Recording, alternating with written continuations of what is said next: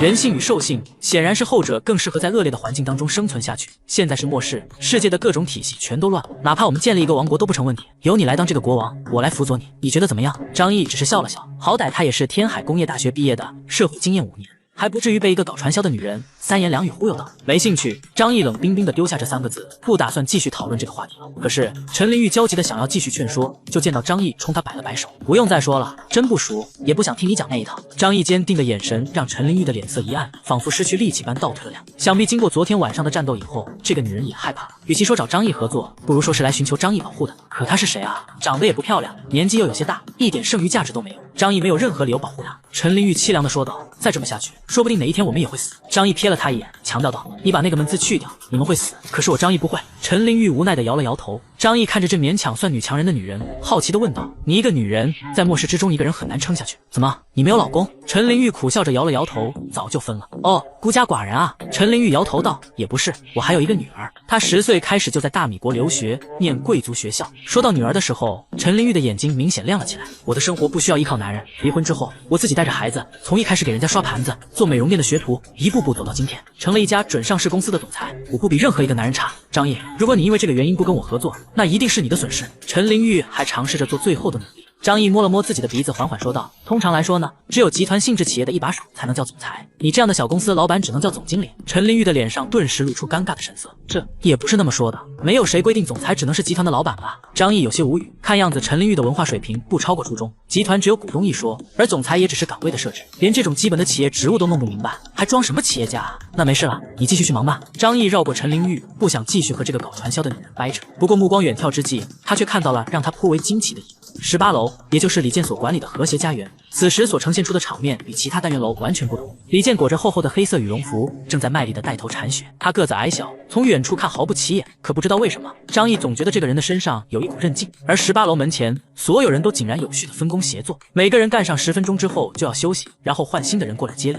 张毅的心中大为触动，这样的场面是他在末世当中想都不敢想的。张毅忍不住走了过去，站在李健不远处，静静地看着他们工作。很快，李健就察觉到了张毅，他抬起头，眼眶的黑影非常明显，整个人也消瘦了一圈。张毅，你怎么过来了？张毅没有回答他这个问题，只是看了一眼18楼的人。虽然他们面有菜色，但是眼神当中却带着一丝光亮，不像其他单元楼的人已经彻底的麻木，如同行尸走肉一样活着。张毅有些欣慰，又有些好奇地问李健：“你是怎么做到的？”其他单元楼因为食物的分配问题，已经厮杀得很惨烈，但是看你们单元楼里面却没有发生这种状况。我很好奇，你是用什么方法隐瞒了消息吗？李健的脸上露出了一抹骄傲的神色。虽然他个子不高，但还是努力挺起胸膛，对张毅说道：“我根本就没有隐瞒任何消息，从一开始我就把谈判的结果告诉了我们楼的所有人。”这个结果出乎了张毅的预料，他很惊讶，李健敢这么做，就不害怕单元楼内部动乱吗？那么明明只有10人份的食物，根本不可能让你们所有人都活下去，可他们为什么不造反？李健似乎猜到了张毅会有这样的问题，他无比平静地说道：“我们这栋楼里的所有人都不希望自己变成野兽，所以有10份饭，我们就平分来吃；有1份饭，我们同样分着来吃。”张毅嗤笑了一声，抱着胳膊戏谑地说道：“可是这样的结果，最后只可能是你们全都死掉，一个人也活不下来。你以为自己很聪明，可实际上却是做出了最为愚蠢的选择。”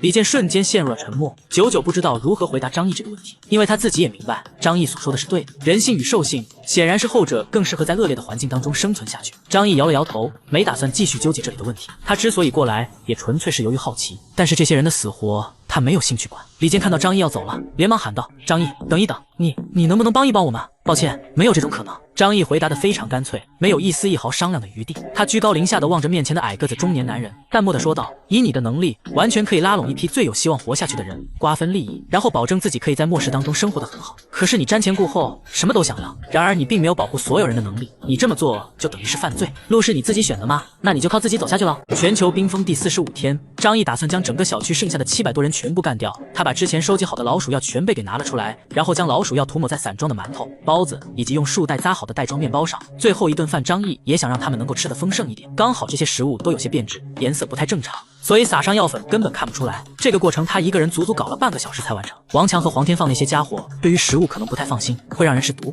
但是他们那么贪婪的人，对于香烟和白酒肯定舍不得同别人分享。老烟民和老酒鬼在这些东西面前都会失去一向的谨慎。我就在这上面下药吧。张毅把几包香烟拿过来，思索了一番之后，把外面的塑封给拆开。之前他给王强等人的时候，香烟就是拆开塑封的，当然是为了今天做准备，以此来打消他们的怀疑心理。毕竟现在能够搞到香烟就不错了，包装出一些问题也不奇怪。然后他把老鼠药一点一点小心地塞进香烟的烟草当中。至于白酒，做法就稍微有些复杂了。张毅先是将老鼠药融入酒精当中，然后用注射器通过瓶塞注射了进去。怎么说呢？糙是糙了点，不过他回去之后已经接近入夜，天昏地暗的，那些酒鬼也难以察觉到这么点小瑕疵。忙碌了2个小时之后，张毅开始把食物用袋子装好，然后放到了雪地摩托车后的爬犁上。今天外面的雪下的没有那么大，但是风依旧犀利。张毅靠在商场的墙后面，好容易给自己点燃了一支烟，小口小口的嘬着，因为吸得太大口，很容易就会被冷空气冻伤自己的肺部。或许今天就是结束了，总觉得这个过程有些顺利的出奇。张毅喃喃自语道。其他单元楼的人目前为止所做的一切完全符合张毅的预期，可就是这种配合反而带给张毅一种不真实的感觉，总觉得一切太过顺利了，可别人又不是傻子，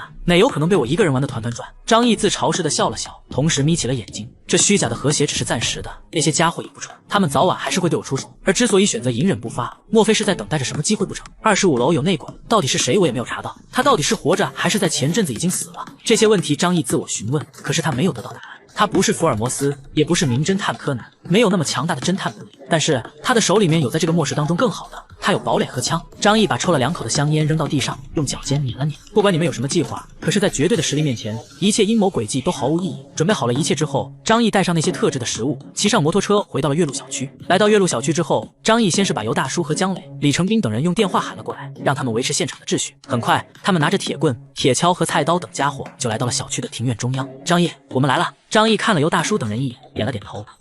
在这里等着吧，我喊他们下来拿东西。张毅拿起手机，在楼长群里面通知他们的人过来。尤大叔手持铁棍站在他旁边，像是一个忠诚的卫士。李成斌和姜磊则是领着人站在张毅的两侧，稍微靠后面的位置，将张毅拱卫在中央。张毅用眼角的余光扫了扫他们，出于自我保护的习惯，张毅后退了几步，让自己位于人群之后。不一会儿，各单元楼的代表就陆续赶到了现场。看到那群人之后，张毅的眼中闪过一抹笑意。他的计划成功了，利用烟酒等稀罕物，成功的把各单元楼的楼长给引诱了出来。除了18楼的李健，这小子似乎秉承着他的公平原则，不愿意亲自过来拿东西。张毅也不在意，只要大部分楼长过来就行。他们取回的烟酒等物，里面可都是塞了大剂量的老鼠药，一旦进入体内，10到30分钟就会带走他们的性命。张毅利用烟酒等稀罕物，成功的把各单元楼的楼长给引诱了出来，里面可都是塞了大剂量的老鼠药，一旦进入体内，10到30分钟就会带走他们的性命。从1号楼开始，一个个代表走过来，把属于自己的东西给拿走。21栋，张毅喊道，目光望向了王强。王强低着头走了过来，张毅弯下腰从地上捡起一袋食物。正当他打算起身的时候，耳边忽然响起了一声暴喝，动手！王强从口袋里掏出了一把手枪，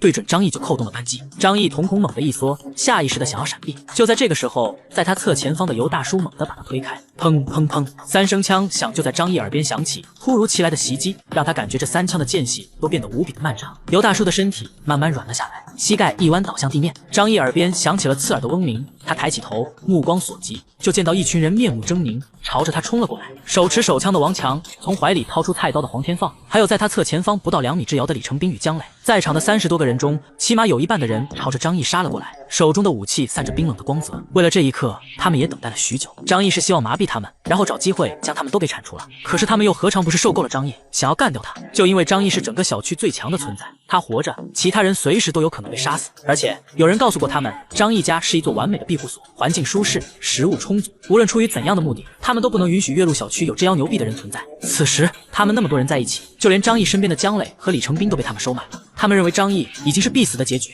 哪怕他手里有枪，可是在如此近的距离，他的手枪能杀死几个人？此时，张毅的眼睛里看到缓缓倒地的尤大叔和狰狞的敌人们，他的目光逐渐变得可怕起来。今天的计划，他没有告诉任何人，包括尤大叔，而尤大叔更不清楚张毅的身上有防弹背心和防弹裤。原本那3枪即便是打在张毅的身上也不会有事，可尤大叔出于对张毅的感激，毫不犹豫地帮张毅挡下了3颗子弹，这让张毅在末世来临之后，心中第一次产生了愧疚的情绪，随之而来的则是滔天的怒火。姜磊距离张毅最近，他怒吼了一声，手中的铁锹对准张毅的脑袋就砸了过来。张毅迅速地在地上翻滚了几下，躲到雪地摩托车的后面。他调整好身姿，从地上爬了起来，一把黑色的冲锋步枪就那么突兀地出现在他的手里，一把子弹上膛的突击步枪还在朝着张毅冲锋的众人，脸上的表情从狰狞转化为错愕，最后化作恐惧。突突突突突，生死危机面前，张毅直接把扳机死死地扣住，一手牢牢压住枪柄，开始了扫射。距离他最近的李成斌和姜磊眨眼间身上就出现了10几个血洞。张毅此时什么都顾不上了，见到有站着的人就把子弹扫了过去。李成斌和姜磊身后还有10来个巡逻小队的成员，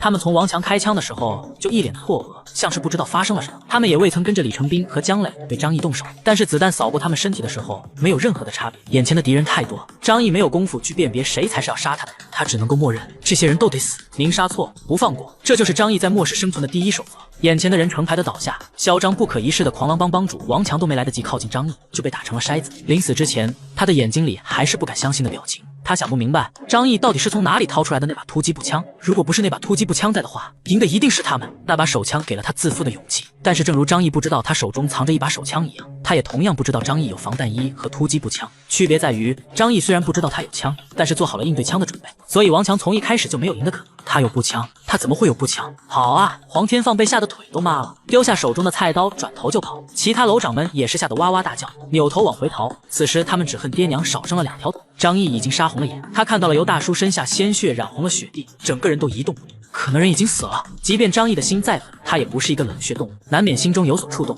尤大叔，谢谢你帮我挡子弹，我会帮你报仇，杀光他们所有人的。张毅声音冰冷地说道。末世以来，这是他头一回直面如此多的对手，但是战斗的结果却是一面倒的屠杀。正如张毅之前所说的那样，在绝对的实力面前，一切阴谋诡计都毫无意义。